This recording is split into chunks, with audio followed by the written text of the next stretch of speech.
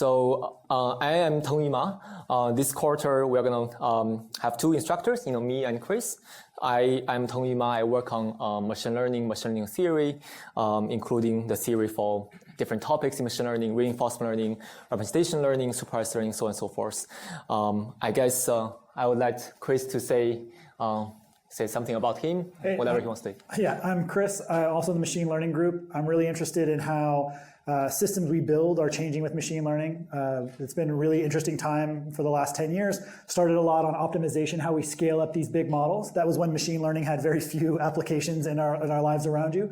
Over the last couple of years, I've built things that hopefully some of you in this room have used. My students contributed to things like search and Gmail and assistants and other places there. And more recently, really interested in how to make these models robust. And we'll have a great new lecture that Tengyu is going to give about what are called foundation models, or these large self-supervised models that are kind of all the rage. Percy and Tatsu and I co-taught a course about them last term. And this course is really exciting because it's giving you kind of that absolutely foundational layer of machine learning that all that stuff is built on. So this is a great time to study it because it's no longer abstract. Like, you get to use machine learning products every day, and hopefully you'll get some insight into how they actually work and why there's still so much research to do. So really excited and looking forward to lecturing with you folks. Great. I guess you'll see me and Chris alternate for every few weeks. Next lecture you'll see Chris, and then after 2 or 3 weeks you're going to see me. So today's lecture, I guess I'm going to I guess the second thing is that let me introduce the teaching team. So we're going to have 12 fantastic TAs and one head TA and a course coordinator. So is the head TA, and is going to be the course coordinator. They will be probably doing most of the work behind the scenes. You probably don't necessarily have to interact with them very often, so they are organizing the whole TA team.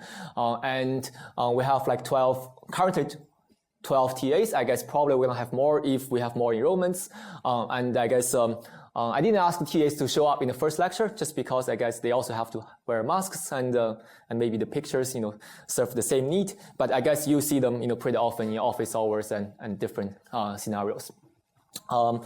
Cool. So, okay. So I guess this lecture, I think I'm going to spend first probably 20 minutes on some of the logistics, some of the basic kind of the structure of the course, so on and so forth.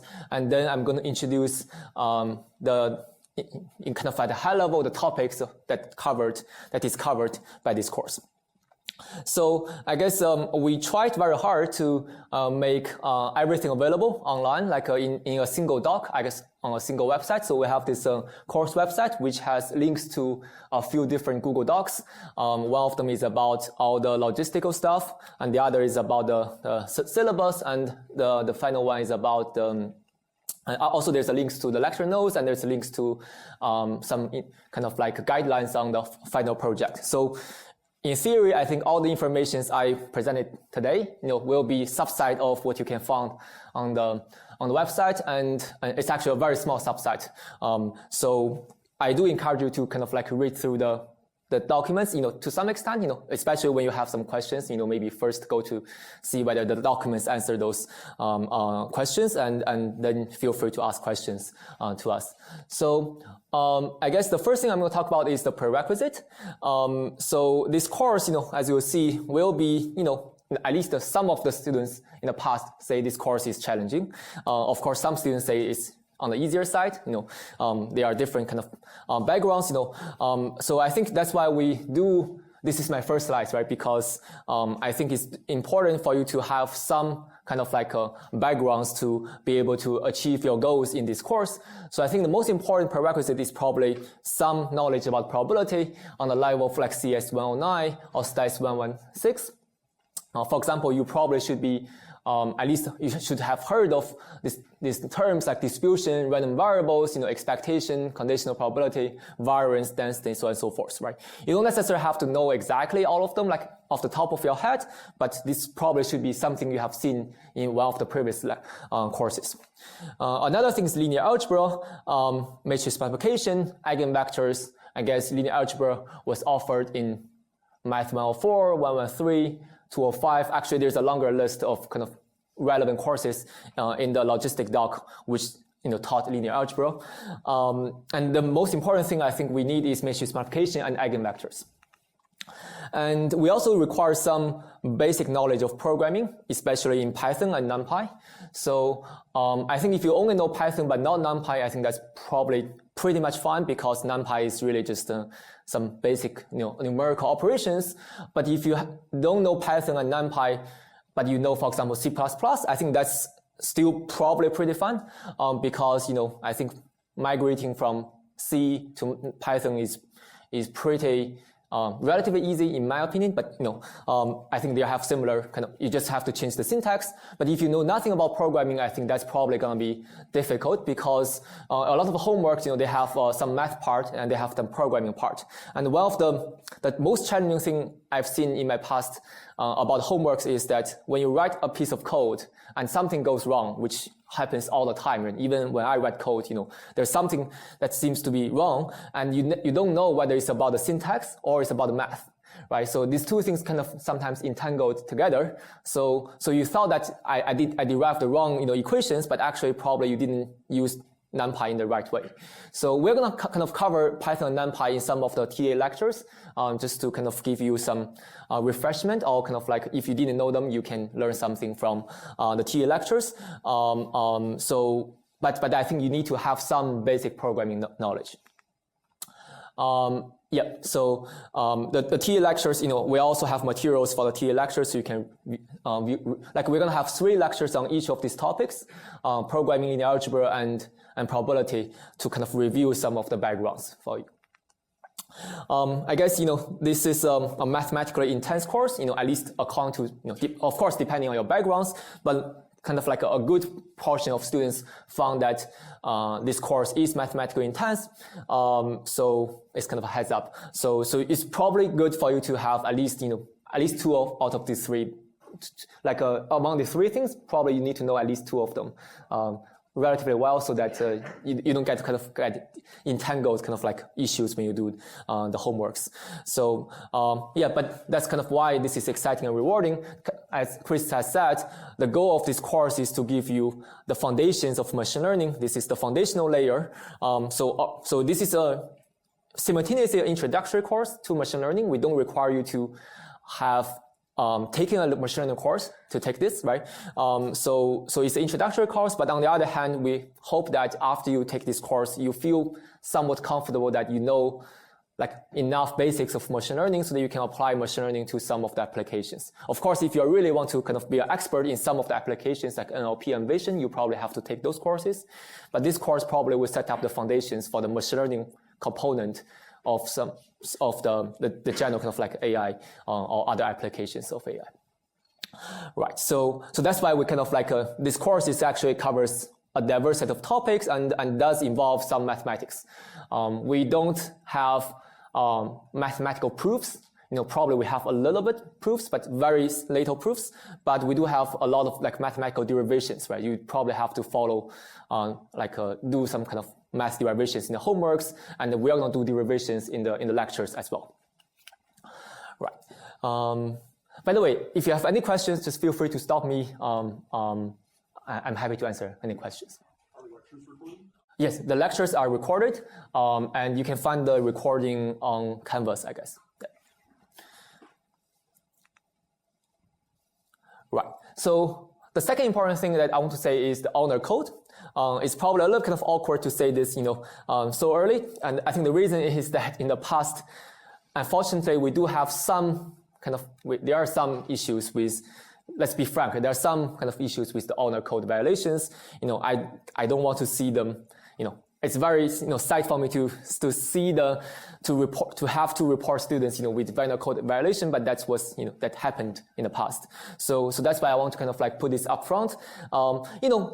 If you don't intentionally violate honor code, I don't think there's anything you should worry about. But anyway, let me briefly say, this is actually a subset of things that we have on the course website. But I think these are the important things. So, for example, on one side, we do encourage you to have study groups, so you can collaborate with other people on homeworks or on homework questions. But the thing is that you cannot. Okay, so you can discuss works on homework problems in groups, but you have to write down solutions independently.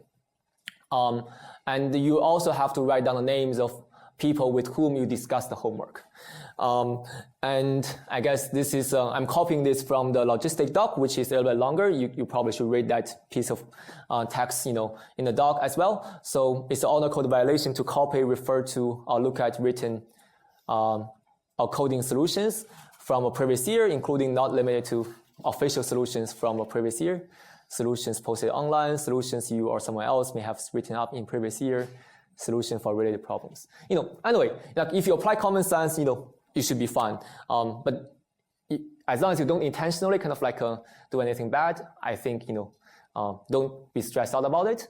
But on the other hand, there were kind of like reporting of binary code violations in the past. So we do kind of like check the code, using some kind of softwares, and also we'll have TAs to kind of like deal with this kind of honor code violations.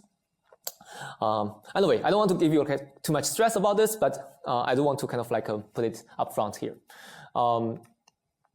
Okay, so another component I would like to kind of like, besides homework is kind of like obvious, right? We have to have homeworks. Another component of the course is the course project.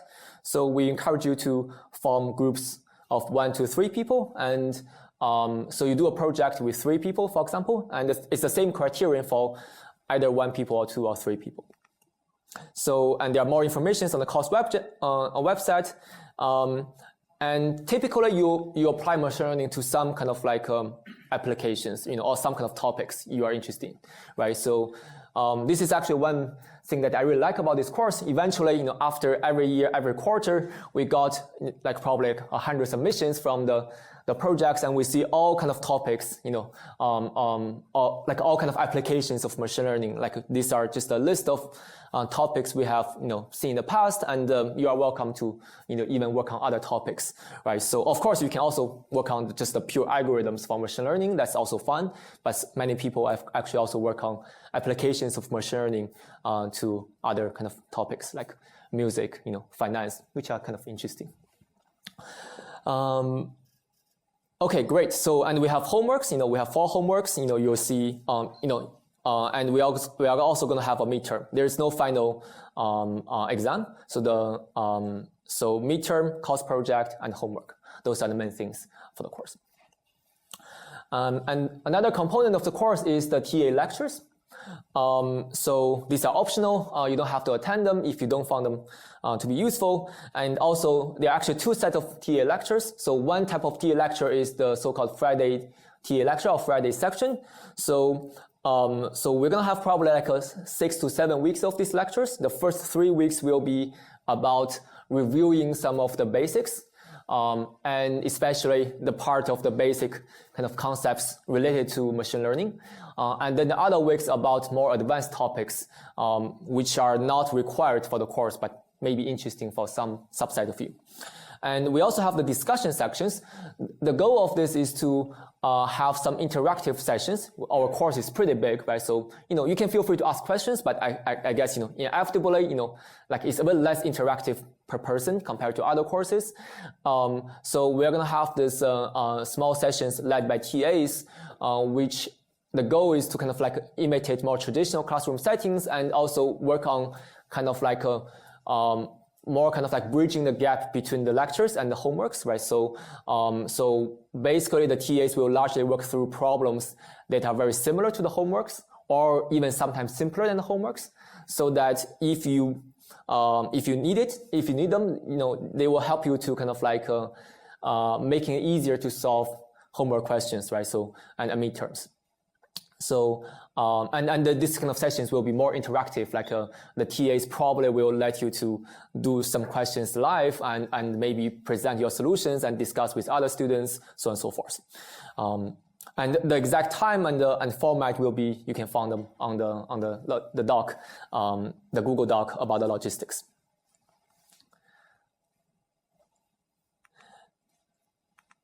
Oops.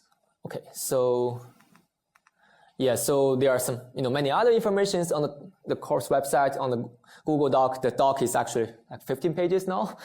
It's pretty comprehensive. So for example, recordings, they can be found on Canvas. There's a course calendar on Canvas. There's a syllabus page which will link to the lecture notes. And we're gonna have like the ad, the platform for question answering. We do encourage you to use that to communicate with us, if that makes sense. Like almost in all situations, I think you probably should use ads to communicate with us. You can have private post or anonymous post, different type of posts depending on what you need. And if you don't have access to that, then you probably have to email some of us. I guess you can email the head TA to add you to give you access to ad. And there's Gridescope, which is used to submit homeworks, and there are some late tape policies which you can find in the doc as well. So I guess one thing that I need to mention here, just as a heads up, is that we don't allow late dates for the final project. And the reason is just that, especially for spring quarter, the grading deadline is very tight. So it's pretty much just a few days after the exam week. So, and especially because some of the students have to graduate and the timeline is very, very strict. So, and we don't want to kind of like make the course project deadline, the final project deadline very early, right? Because then that would kind of conflict with the homework deadlines, so on and so forth. So the final project deadline, I think is on Monday of the finals week. Double check that, but we try to put it as late as possible. But on the other hand, because the final grading deadline, we don't allow late dates for the final project. And there are some other FAQs, in the Google Doc as well. Any other questions before I move on to the topics, the more kind of like the scientific topics? Discussion, will we be assigned to a specific session, or do we get to choose which discussion session we go to? Right. So currently we have two TAs offering two discussion sessions. I think we will try to make sure that the materials in the two sessions are pretty much the same, and the times are kind of like somewhat kind of. I think we haven't decided time yet. So you can feel free to choose any sessions you want to go.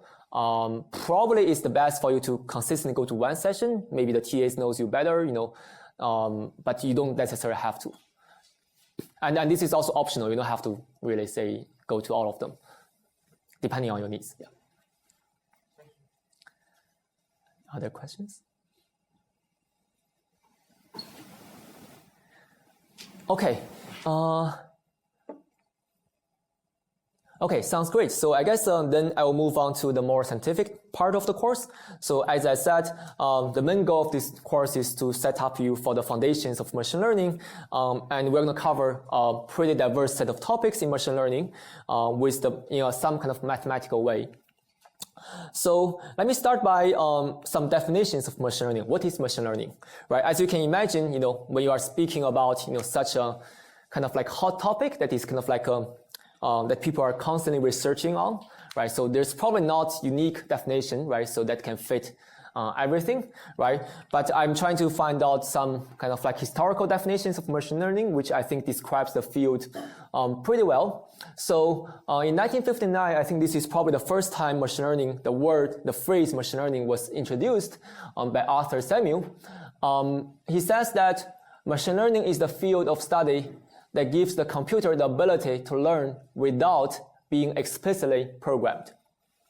So I guess without being explicitly programmed is probably something pretty important. For example, suppose, I guess this is in the paper titled Some Studies in Machine Learning Using the Games of Checkers, Recent Progress. I don't exactly know what the game of checkers is, so don't ask me about what the rules of the game. But the point is that if you explicitly write a piece of code that play the checker, right, that doesn't really mean that you are using machine learning, right? So if you just say, I have this fixed strategy, I know which is actually very good for checker. The first step would be this, and the second step would be that move, right? I just explicitly code that in my computer and with some branching algorithms, right? So that probably doesn't count towards machine learning, right? So if you use machine learning, you have to let the computer to learn without being explicitly programmed. So you shouldn't have explicit programming. So, but how do you learn, right? How do you give the computer the ability to learn? I think in the second definition of machine learning by Tom Mitchell, it kind of like describes more context or more kind of like a context about, you know, how do you really let the program to learn without being explicitly programmed. I think it says that a computer program is said to learn from experiences E with respect to some class of tasks T and performance measure P if its performance at task in T as measured by P improves the experience E. The rhythm is kind of nice. So I guess there are several important concepts in this passage. So one thing is that the experience E, right? So I guess let's still use this example of the game of checker. So the experience in this case could mean, for example, the data. So data basically means that this possibly could be games played by the program with itself. It could mean games played by humans in the past. It could mean, you know, other kind of like data you collected from other, you know, source of information. Maybe you collect some data from, I don't know, like in this case, maybe you know, you can collect data from other source of information. Maybe here mostly just collecting data by playing itself or playing by humans. So experiences mostly means data, and there's a concept called performance measure, which is kind of important in machine learning. Of course, there's no unique performance measure. For different tasks, you have different measures of performance. But the metric performance is the performance measure is pretty important. In here, you can call it the performance measure could be the winning rate. It could be the winning rate plus, for example, the number of steps you played. Right? You probably want to win as fast as possible. In some other cases, the performance measure that could be how likely you can predict something very accurately, right? So you can define many performance measures, and I guess actually, you know, in machine learning, you know, if you look at the research, you know, some papers are about, you know, understanding what's the right performance measure, what's the right way to formulate our problem, and some of the papers are about that given the performance measure, how do you make the performance, you know, as best as possible.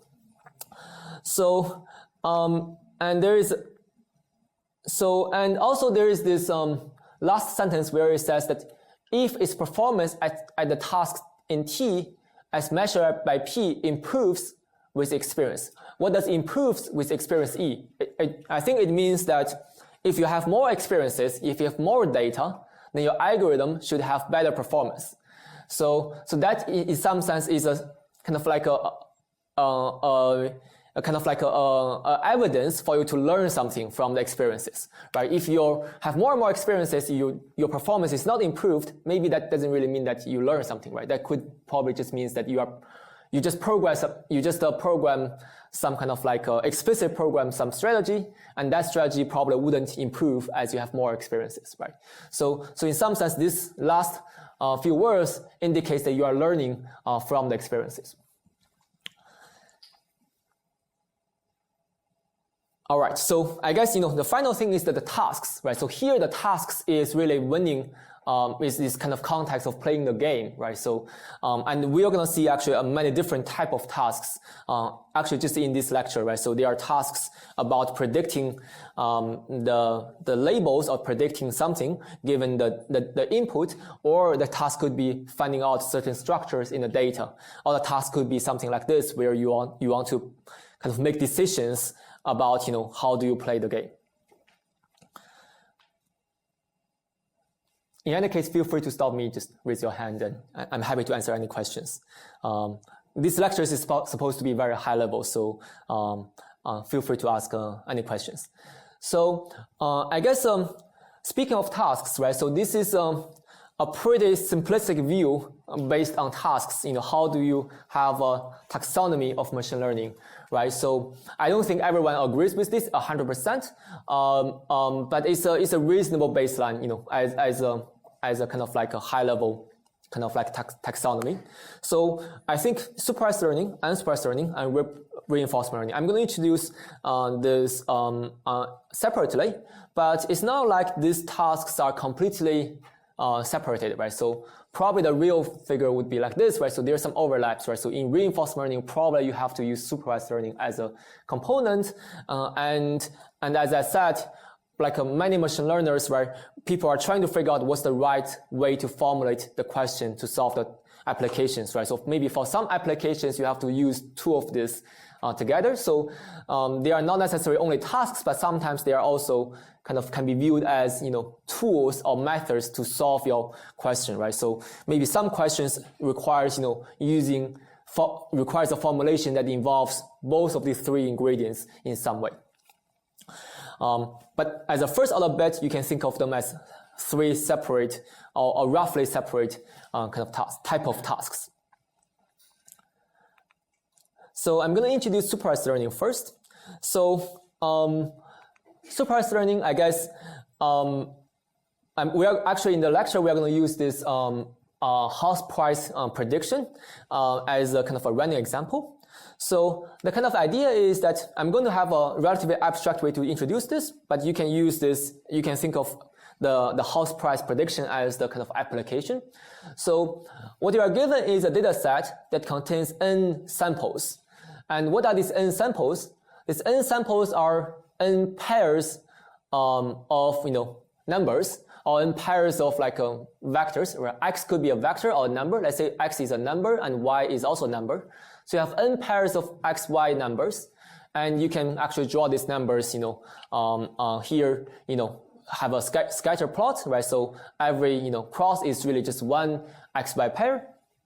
And the x could mean, so x means I guess this, as shown here in the caption, so the square feet is x and the y is the price, right? So basically for every example, it's a pair of square feet and price. You are trying to use the square feet x to predict the price y. That's the task. And this data set is called, using Tom Mitchell's language, this data set is the experience. Probably more than language, we call this data set or data. So basically our goal is to learn from the data set how to predict the price given the square feet of the house. And so basically if x is 800, then what is y? And this x, might not be seen in the data set, right? If x is already, shows up in the data set, then it's easy, you can just read it off, but x could be something that you haven't seen in the data set. So, and, one of the way that you probably have seen this, in some of the other lectures or other courses where you can do a linear regression, you fit a linear line, and then when you predict, you just read off the corresponding number on this linear line, what is the corresponding y when x is 800. So, and of course you can do other things. For example, you can try to fit a quadratic line, right? So which actually in this case, in this example, this artificial example I created, a quadratic line probably would fit the data better. And in lecture 2 and 3, I think our goal would be to discuss, how do you fit a linear model and how do you fit a quadratic model for the data to predict the house price. Of course, the house price prediction is only an application. You can imagine, many other applications where you are given a data set of x, y pairs, and your goal is to predict y given x.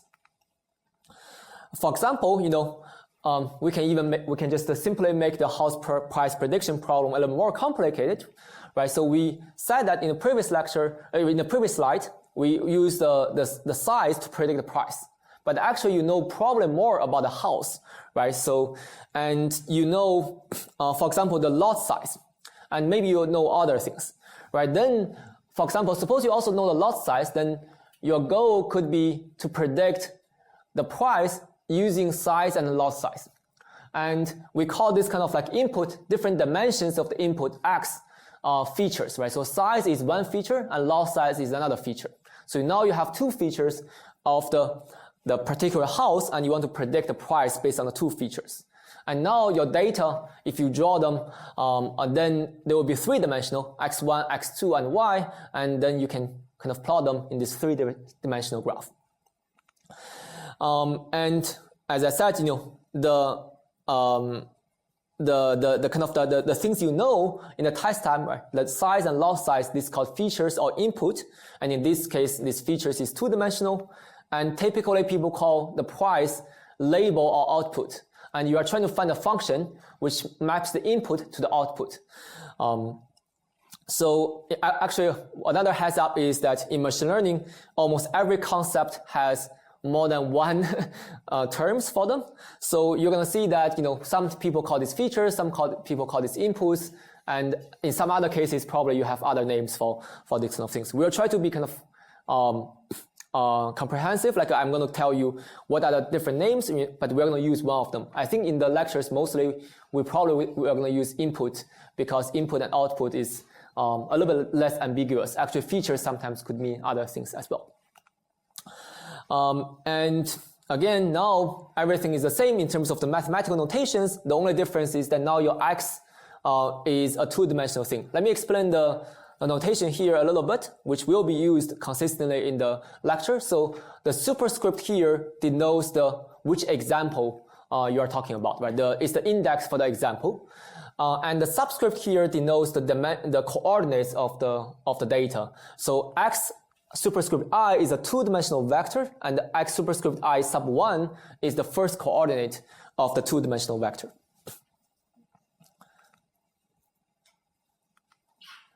And also sometimes, like I have said, that the price, the y, is called labels and outputs, and sometimes they are also called supervisions, or generally if you say supervisions, that means the set of labels, right? That's why this is called supervised learning, because you do observe some labels in the data set. And also the data set, you know, sometimes people call it training data set, or data set, or training examples. You know, there are multiple names for it. Any questions?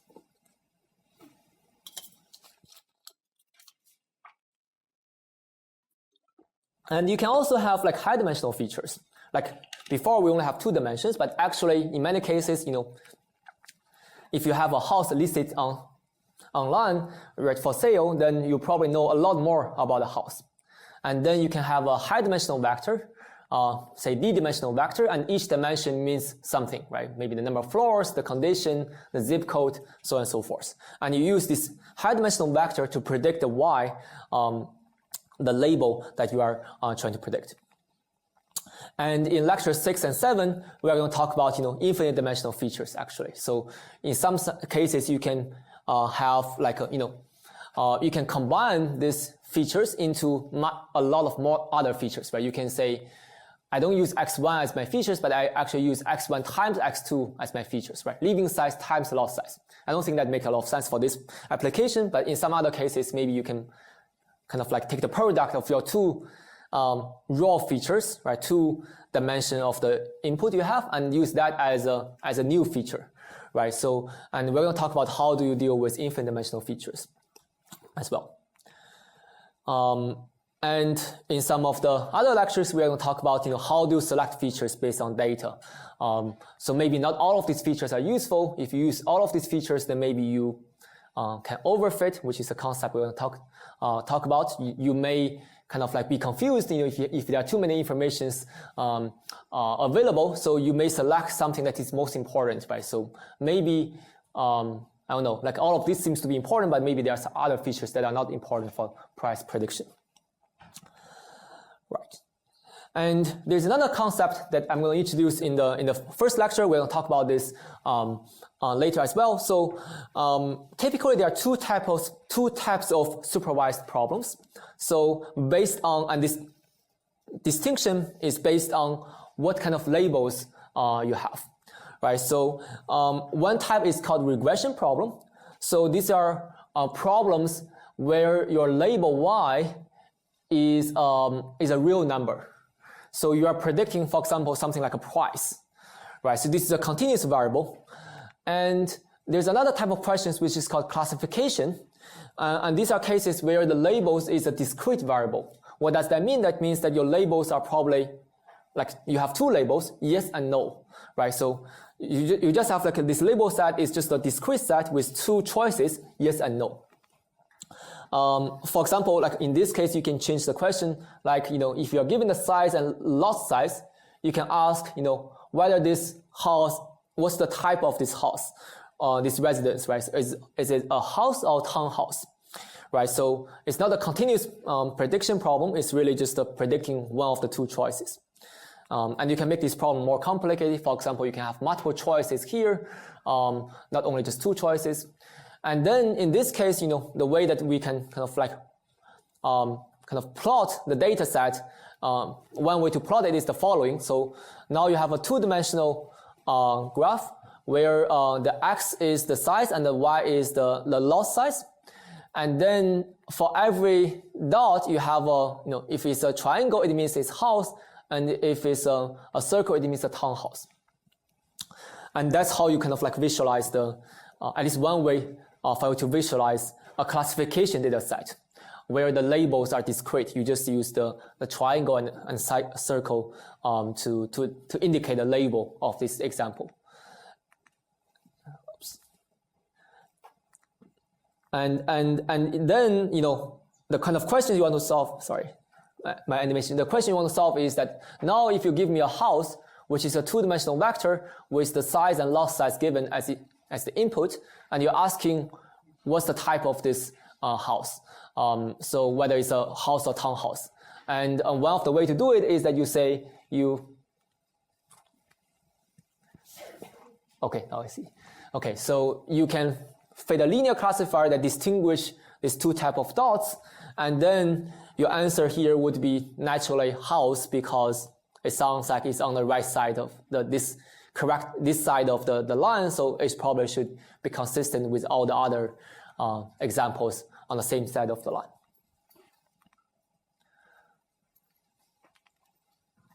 So I guess lecture 3 and 4 will be about classification problems.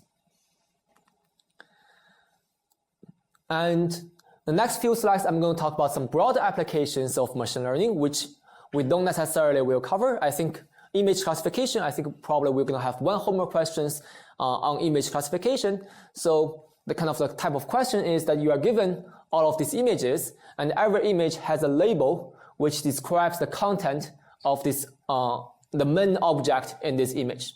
Of course, in other cases, you may have multiple objects in the same image, but here, let's focus on a simple setting where every image has a single important object, and then your label is basically describing what this object is.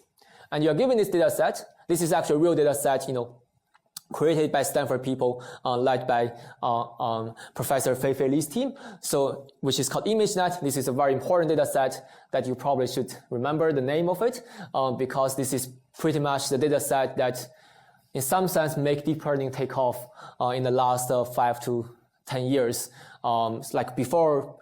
After the creation of this data set and some of the new deep learning algorithms with neural networks, I think in the last 5 to 10 years, we saw machine learning took off and are able to we were able to make a lot of progress because of the data set. And speaking of the data set, here I'm only trying to say what's the format or what's kind of the task, right? So basically your X is some raw pixels of the images, where you just represent this image as a sequence of numbers. Actually, here is a matrix of numbers. And then your Y is the main object of the image. So, and you can have other kind of tasks in vision, for example, object localization or detection, right? So given an image, you can ask, how do I localize, find out each of the important objects, right, with a bounding box. We are not going to cover anything like this because these are more specific to the vision applications. And right, so So here, I guess the thing is that your y becomes like a bounding box, right? So how do you present this box?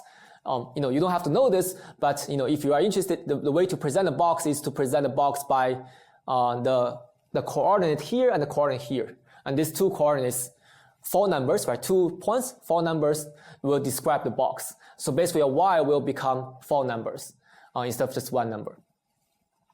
And actually, you can have actually more complex labels or y's in other applications. For example, in natural language processing, which is the area to deal with language problems. So for example, machine translation, you can have this problem where you want to translate, for example, English to Chinese, and your x is, I don't know what happens with my pointer. Okay, so your x is the English sentence, and your y is the Chinese sentence, right? All sentences in other languages. And now you can see that the y, even though y is a discrete set, the family of y's is the family of all possible sentences in Chinese, right? But so y looks like discrete, but y is much more complicated than the house versus townhouse application, right? So you have so many choices of y, like almost like exponential or infinite number of choices. So then you have to deal with them in some different ways. I think we're going to cover a little bit about machine translation or this kind of questions in one of the lectures that we added this year. I guess Chris mentioned that we're going to talk a little bit about large language models for language applications. But on the other hand, this course only covers the basics of the foundational techniques of supervised learning. So we're going to talk about language applications, but if you really care about the particular applications, how to solve them in the best way, then you probably would have to take some other more kind of specific courses for those particular applications.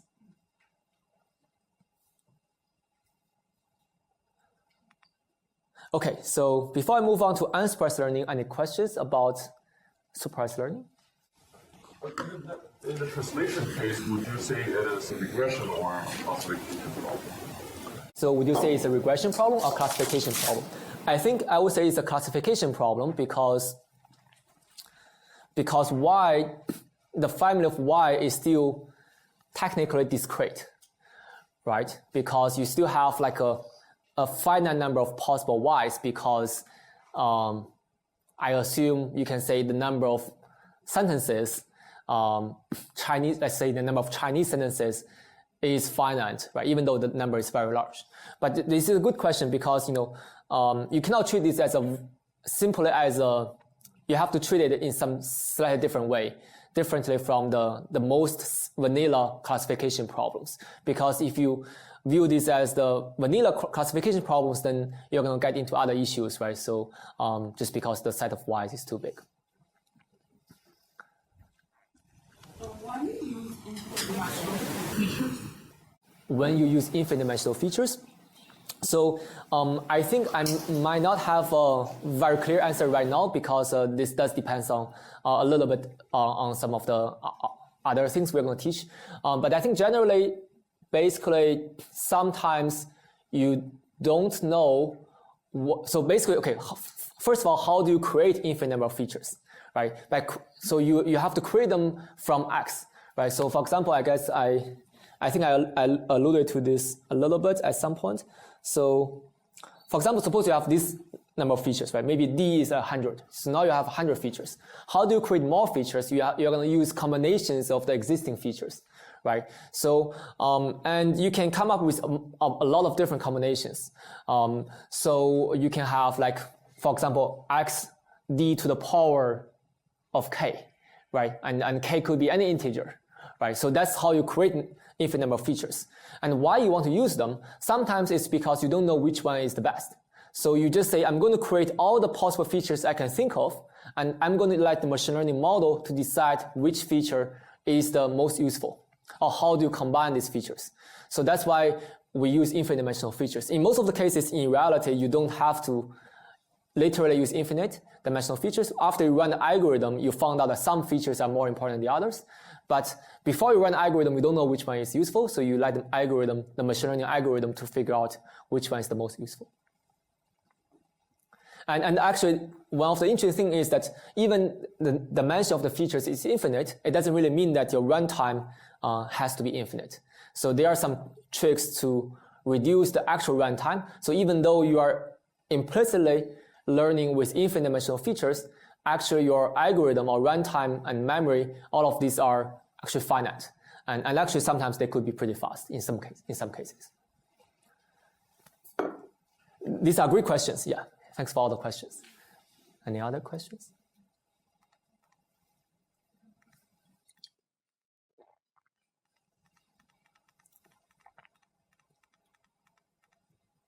Okay, so the second part of the course will be about unsupervised learning. I think Chris will probably give about 5 lectures on unsupervised learning. So unsupervised learning, if you still use the house prediction kind of data set as an example, the basic idea is that you are only given a data set without labels. You only see the axis, but not y's, right? So you don't know how these houses, in the data set are sold in the past. So what happens is, is you still using this townhouse versus house example, right? So if you are supervised, then you have these triangles and circles here to indicate what are the labels. But maybe I should stand here. So, but if it's unsupervised, you just don't have this part of the information, right? You just see kind of like this bunch of dots here in the scatter plot.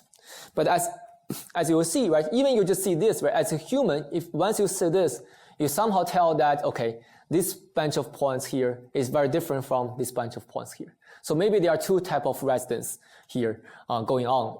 Even as a human, right, even though you don't see the triangle and circle, you still kind of are able to tell there's something going on there, right? So that's the kind of the nature of unsupervised learning. We want to be able to discover interesting structure in the data without knowledge about the labels, right? So you want to figure out the structure hidden in the data.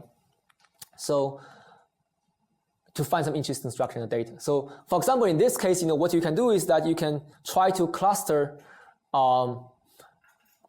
these points into groups, right? You want to divide these points into groups, and you want to say that each group probably have some kind of like a similar structure, right? So this probably doesn't sound like a very good clustering because at least as a human being, you probably wouldn't cluster like this, but maybe you like a good algorithm probably would produce this, right? So if you produce this, then essentially you figure out there are 2 types of residents in this data set, even though you don't know the name of these 2 types of residents, right? Because the algorithm wouldn't know townhouse or house, these 2 words, but the algorithm knows there are 2 types of things going on here in the data set.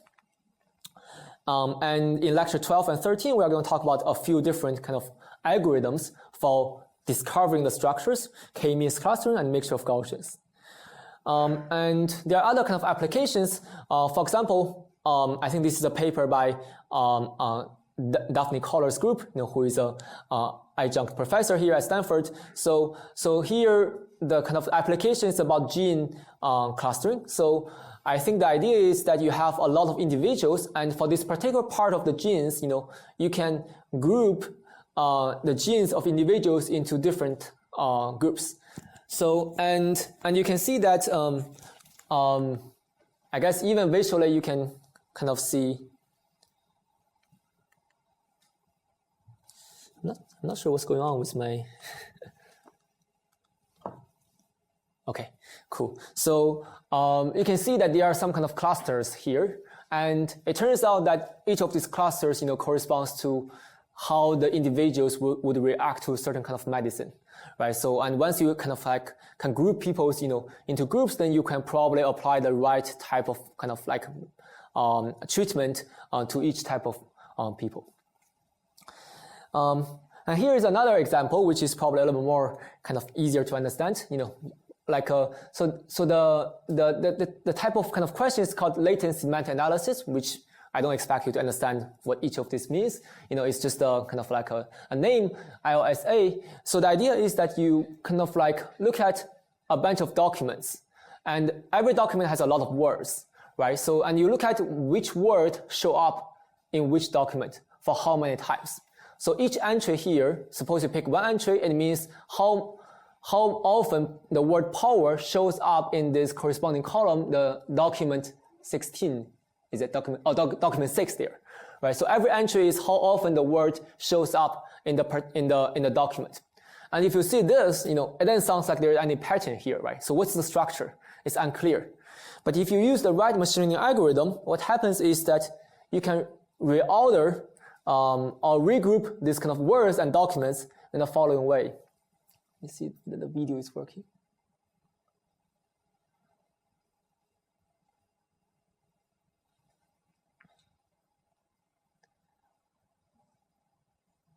Right, so basically you permute the documents and words, and then you see this kind of like interesting, in some sense, block diagonal structure. Not very prominently, but still kind of interesting enough. And now you can see each of these blocks has some particular interesting meaning. For example, here, this group of documents and words has this, is clearly about something about space, kind of like shuttles, right? So shuttle, space, launch, booster, these are all about kind of like a space traveling kind of things, right? So basically, that these kind of 4 words have similar meanings, and these 4 documents or 3 documents are about this topic. So by doing this, you, in some sense, at least in this application, you can figure out the kind of the topics in your data set, right? So you can figure out probably here, there's 1 topic, 1, 2, 3, 4, 5 topics, and each topic is more likely to associate to a certain type of words, and every document is most likely about 1 topic, and sometimes it's about 2 topics. And then what happens is that once you figure out these kind of topics, and then you can use some humans to kind of like interpret each of these topics, what each of these topics are, and then given a new document, you can figure out, what topic this new document is about. And this actually is very popular tool in many of the social science, because in social science, actually even myself, was involved in some of the projects in my PhD. So the social scientists, they have some texts, right? They maybe have like a lot of maybe blog posts about politics, right? And they want to understand, what each, for example, what trends happens, in a blog post. So suppose you want to understand that, and then you have to know, what are the kind of topics about each of the blog posts, right? You don't want to kind of like label them each one by one, because they have like a million blog posts, right? So they use this to kind of group the blog post in certain ways, and then they can do statistics to understand what happens with all of these blog posts. And this kind of applies to other kind of things beyond politics. You can have actually you can even apply this to, I think, many things like, history, what else, like psychology, so on and so forth. Right. So, and this was actually an algorithm discovered probably 20 years ago, or even maybe earlier than that, maybe 30 years ago. And it was pretty popular still, in social science. Of course, there are even more advanced, algorithms these days, beyond this. Which we are also going to discuss, right? So this is actually one of the more recent kind of advancement. I think this was around 2013, 2014, about 7-8 years ago. So what happens here is that you have a very, very large unlabeled data set, which is which is called Wikipedia.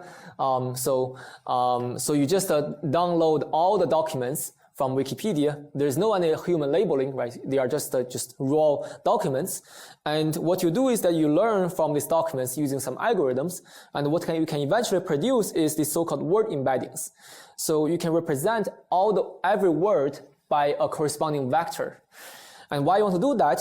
The reason is that these vectors has basically a kind of like the numerical representations of the discrete word, and there are some nice properties about these vectors that captures the semantic meanings of the words. So what happens is that similar word will have similar vectors, and also that's what I mean by the word is encoded in a vector. So similar word would have similar vectors, and also the relationship between words will be encoded in the directions of the vectors. This sounds a little bit abstract. Maybe it's easier with this figure. So actually this kind of happens in reality, right? So if you look at the vectors, each point is the vector for that word, right? So Italy has a vector, and the vector, let's say, is this point, and France has the vector, and Germany has a vector. So you'll find out that the vectors for all the countries, they are somewhat kind of similar in similar directions, right? So for example, suppose you have another country, USA, then you probably would find out the point is somewhere here, like nearby, right? So all the country has vectors that are similar in that are in similar directions, and all the capitals are also in similar directions. So this is what I mean by the vectors kind of encode some kind of semantic like a similarity between the words, and also interestingly, the directions also encode some kind of relationship. So here, what happens is that if you look at the difference of the between Italy and Rome, right? So you look at this direction, right? This is the difference between Italy and Rome, and you also do the same thing for Paris and France and Berlin and Germany. You see that these three directions, they are very similar to each other. They are kind of like in these parallel positions. So at least one application of this is that if you want to know, suppose you are given, let's say, US, right? So which is a vector here, right? And you want to know what is the capital of US? Where is the capital of US? You probably should go along this direction to search for a point, and that's likely to be the capital. Maybe you'll find DC or Washington. I guess you'll find DC there because I think Washington is ambiguous, which is a little trickier. I guess that's why I don't have actually this is an interesting thing, right? So if you have the Washington vector would be tricky, right? It's not clear where the vector for Washington will be not clear where it will be, because Washington has multiple meanings, right? So it's a state, it's a person, so actually this is sometimes you have this ambiguity, and then you can have this kind of like more kind of complex clusterings of the words. So for example, I think so here I guess what happens is that you can also use these vectors to cluster the words into groups. So for example, you have this kind of groups, kind of these words, like scientific words, some of which I don't even know. And then you can use the clustering algorithms for the vectors to figure out what kind of topics or what kind of like scientific areas they belong to, right? And you can also have hierarchical clusterings to deal with kind of certain kind of overlaps, because for example, mathematical physics probably would be closer to the physics vectors and math vectors, both, right? Somewhere in the middle of the math and physics vectors. So there are this kind of like many kind of different interesting structures in all of these word vectors, which you can leverage to solve your tasks. I'm a little kind of vague here just because, to exactly do all of this, it requires a little bit more things, that we haven't, discussed, but we will discuss some of this in later lectures.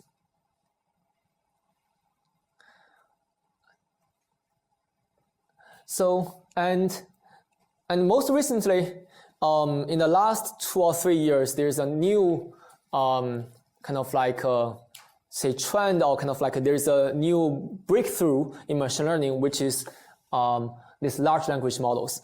I think many of us are very excited about it.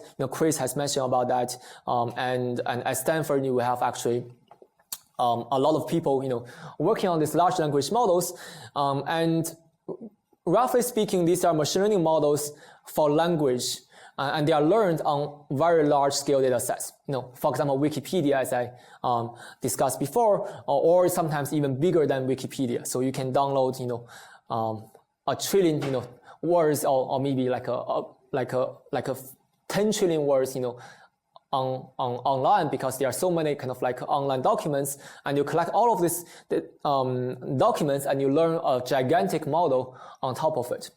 These are gonna be very, very costly. Even training the single model would probably cost you like $10 million, so just for one time. So they are very costly, but they are very powerful because they can be used for many different purposes.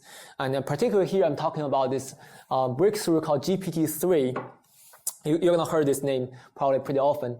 Not very often, like in the lecture, like pretty often in general, like in the next few years, I think, or you probably already heard of it. In the lecture, we're going to talk about this like in one lecture. So GPT-3 is this gigantic model, and they can do a lot of things. So I'm downloading, this is an example from their own blog post. So you can use this GPT-3 to generate stories.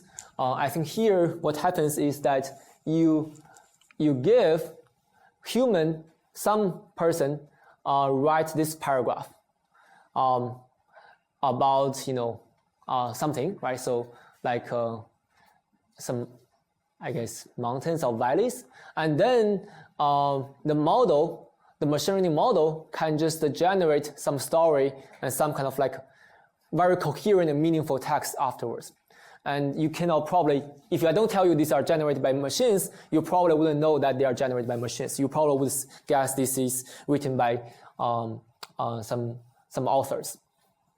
So that's one application. One way to use this model to generate stories, and you can also use this model to answer questions, right? So here, you give this model this long paragraph, and then you can ask. It's kind of like a SAT. I'm not sure, like this is kind of like a GRE questions. I'm not sure whether all of you know GRE, but like, so like these are kind of like just a basic question answering about the passage, right? You can ask, what is the most populous municipality in Finland, and this is information you can find in the document, and they would answer the right thing. So that's another application, and you can also use this to do other things. For example, you can just write in the text, say, please unscramble the letters into a word and write that word. And then you give this to the model, and the model will just change the orders of the letters to make it a meaningful word. And you can ask, for example, this kind of like simple numerical questions. What is 95 times 45? And it gives you the right answer. And all of these are not like, so what's the amazing about this is not because it can solve all of these tasks, just each of these tasks. The amazing thing is that you learn on this unlabeled data set, this gigantic unlabeled data set, you didn't specify what tasks you want to solve, right? The only thing you see is this gigantic data, and then the single model can be used to solve multiple tasks just by interacting it with different things, right? If you want to solve this task, you just write it in the human interpretable language, 95 times 45. And if you want to solve another task, you just do something else, a slightly different kind of like phrasing. Then they can be used to solve multiple tasks. And that's why we call them foundation models, at least in a paper, in a white paper written by Stanford people. So in some sense, they are kind of foundations they can be used for a wide range of applications without without a lot of like further changes, right? So the model itself can do a lot of work for many tasks. Okay, so I guess I'm supposed to stop at 4:30. Wait, 4:45, right? Yeah, sorry. Like, okay, so I still have some time. Any questions? Go back to the composition problem. I'm just curious if they happen to like discover the entire internet, if they're like doing the math model kind of like on track to one that saying random, or say kind of how to make this number true, if that's not split it up. Always like if there was that always happen, so like location problems or Sorry, like a can you yeah, always like what was the corpus that was used for this? Like if it was like if it was the internet as a whole, is it the case that for these sort of simple math problems, like how were they able to get it to be accurate? Right. So I guess maybe if I understand the question correctly, so one concern is that whether this 95 times 45 already show up in the corpus, but maybe you just memorize it. That's one possibility. But I think that's not the case. So of course, some of the numerical problems, like some of these multiplication problems, show up in the corpus, right? So you will find one document online about, what is 12 times 35, but you wouldn't find, I think you wouldn't find documents about all pairs of like multiplications. So like multiplications of pairs of like 2 digits numbers, I don't think you will find all of them. So there are some kind of extrapolations, right? You see some, of course, you have to see something, right? So that you can learn from them, right? So you probably have seen a lot of kind of like numerical operations, like all kind of like mathematical formulas in the document, but then you can, in the training corpus, and then you kind of extrapolate to other instances, right? Like, so you learn from some basic stuff, and then you learn, like, then you can use the model to output multiplications of, for example, longer digits. Does it make sense? Does that answer the question? I think my question was sort of like, how did they ensure there was no pollution in the corpus? Or is the fact existing that regardless of pollution, so you have enough documents that where the math is true? Right. So how do you make sure that by pollution, I guess you mean that how do you make sure that in the training corpus, they are not all pairs of double digits, right? So I think they do run some tests to check that. So of course you cannot make sure, I guess, is that what you mean by pollution? Or you mean by pollution, you mean like something wrong about the false information. Or maybe some other math from the 5 times 2 Right, okay. So that's written in the corpus. Right, so that's a great question, right? So I think abstractly speaking, the question is about, how do you make sure your training corpus doesn't have wrong information for you, all right? So I think I think they are wrong information in the corpus, right? I think what happens is that they are probably more correct information than wrong information, and you somehow kind of reconcile between them, and you kind of pick the right thing. So that's largely what's going on. But of course, if you are very specific about, so there's an area called data poisoning. So you can actually specifically change your training data in some special way. Actually, you just change a small number of training data so that your model learns something completely wrong. So that's actually possible. So, but that requires a kind of an adversarial change of the training corpus. So on one side, this is a very bad thing because, if someone do something adversarial online and you use those kind of documents to train your model, that's a huge risk.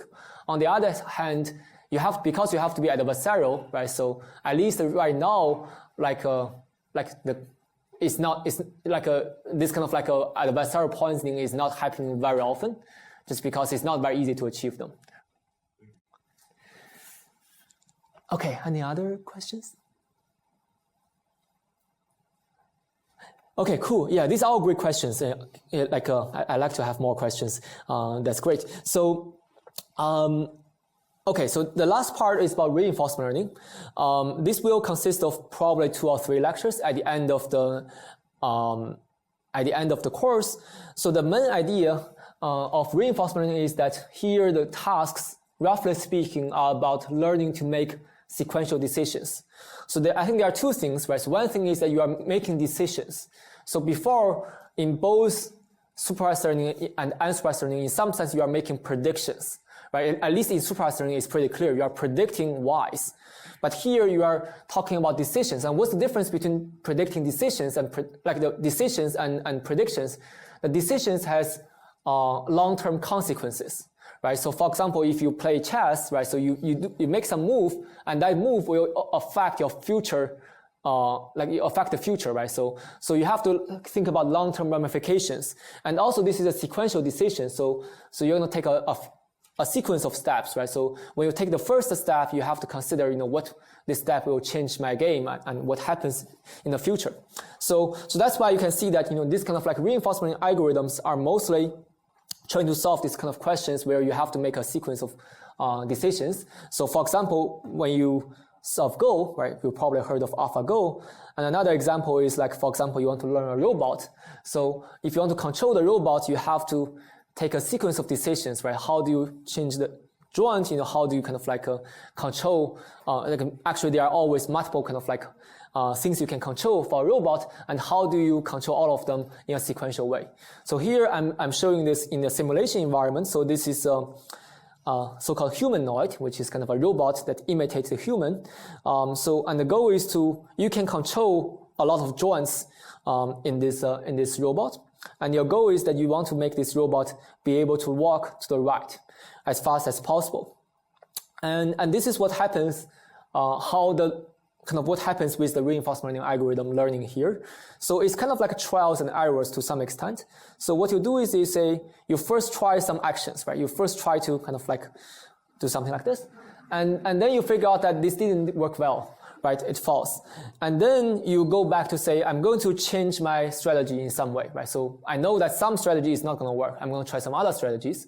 And maybe I know some strategy is actually partially working because at least the robot, the humanoid is doing something, right? It does walk to the right for one step. It just didn't keep the balance. You know some part is good, some part is bad, and then you try to go back to change your strategy, and then you probably can walk a little further. Something like this. Right, and then I guess I'm going to fast forward to iteration 80. I think 80 works. I forgot whether I have another. Oh, actually, 80 still doesn't work perfectly. You can see it's walking in a weird way. Yeah. So, and I think at iteration 210, I think it can keep walking, but still it doesn't sound very natural. But this is a problem. Like you shouldn't expect that the humanoid walk as naturally as humans, partly because they are different. There are many different things, right? So like maybe for the robot, this is the optimal strategy. That's possible. But of course, I don't think it's the optimal strategy, but it's possible that optimal strategy for the robot is not the same as the optimal strategy for us. Right? So, and generally, as I alluded to, so the kind of like the very high level idea of reinforcement learning algorithm is that you have this kind of like loop between training and data collection. So the algorithm, so before in supervised learning and unsupervised learning, we always have a data set, right? Someone give you a data set, and that's all you have, right? You cannot say, okay, give me more examples of the house prices, right? So you have to work with what you have given. But here, in the reinforcement formulation, you often can collect data interactively. I see some question. Is it a question? Sorry. Okay. Okay. So here you often can collect data interactively. So meaning that you try, like for example, in the humanoid example, you try some strategy and you see that humanoid falls, then that's the data you see additionally, right? So then you can incorporate a new data back to your training algorithm and then change your strategy, right? So you have this kind of loop where on one side you try the strategy and collect feedbacks, and the other side you improve your strategy based on a new feedback. So in some sense, you have a data set that is growing over time. The longer you try, the more data points you're going to see, and that will help you to learn better and better. So I guess, okay, so I guess that's my last slide about reinforcement learning. Any questions? Does the feedback happen after each step of the decision, or after? Okay. Oh, sorry. Or after the integration is complete and after. Right. So is the feedback seen after each step of decision, or is it after something else? Right. So there are many different formulations. This is a great question. So the most typical formulation is that you see the feedback right after the decision you make. But that sometimes is not realistic. For example, let me see what other examples. So I think, okay, maybe I'm blanking on what are the best examples to show, but in some cases you don't have the feedback right after. And sometimes even you have the feedback right after the decision, you cannot change your strategy right after the decision. So just because, for example, there's a computational limit, or you have to really do something physical to change your strategy on a humanoid, right? Or maybe there's some communication constraints. So there are multiple kind of different formulations in reinforcement learning. I think if you have a delayed reward, I think that's called delayed reward problem. And sometimes you also have this so-called deployment round, in the sense that, so this notion of number of deployment means that you can only update your strategy for example, 5 times. right? So you cannot just constantly change your strategy. And then you can ask this question, what's the best way to do this? For example, I guess one example is that suppose you are using reinforcement learning to control a nuclear plant, right? So you probably don't want to say that you just keep telling, you run algorithm you run algorithm and the algorithm keep telling the nuclear plant to change their strategy to control them, right? Like every day. That sounds like risky and also kind of like inefficient. There are many problems with it, right? So probably you're going to say that I have to do some experiments, for a little bit for 6 months, and then I figure out one strategy that I almost guarantee, I can guarantee that this new strategy is working better than the old one, and then I deploy it and then collect some new feedback.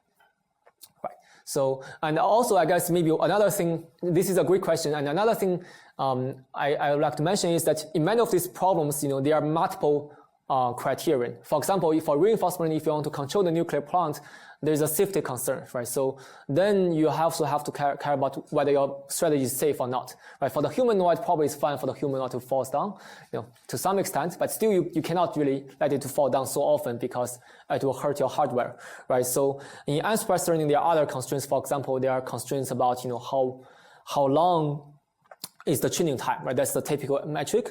And there's also a constraint about how kind of like powerful or how kind of multi-purpose these models are, right? How likely they can solve multiple tasks. So eventually, this is a very, especially if you look at the research community, there are different people care about different metrics, just because all of these metrics, have their own applications, right? So the real kind of scenario is much more complicated than this in some sense. Okay, so I guess there are a few other lectures about other topics in the course, which are actually in between some of these big topics. So one of the topics we are going to spend 2 lectures on is deep learning basics. So deep learning, if you heard of the word, so maybe some of you have heard of it. So deep learning is the technique of using the so-called neural networks as your model parameterization. So this can be used together with all of these tasks, right? It's kind of like a technique that can be used in reinforcement learning, that can be used in supervised learning, unsupervised learning, and in many other situations. So, and this is something that is very important because, because of deep learning took off around 2014, 2013. In the last 7 years, we see this tremendous progress of machine learning because of these techniques. A lot of things, are enabled by these deep learning techniques. So, and we're going to also discuss a little bit about learning theory just for 1 or 2 lectures. So in some sense, actually, we don't really talk that much about the core theory. In some sense, the goal here is to understand some of the kind of like trade-offs of some of the decisions that you should do when you train the algorithms, right? So what's the best way to select features? What's the best way to make your test errors as small as possible? And also we're going to have a lecture on how do you really use some of these insights to train an ML model in practice. What kind of decisions as the machine learner, as the algorithm implementer, what kind of decisions you have to pay attention to, so on and so forth. So I guess we're going to have a guest lecture on the broader aspects of machine learning, especially the robustness and fairness. I guess machine learning has a lot of societal impact, especially because machine learning now is working. You can really use it, in practice, and it will create some kind of societal issues.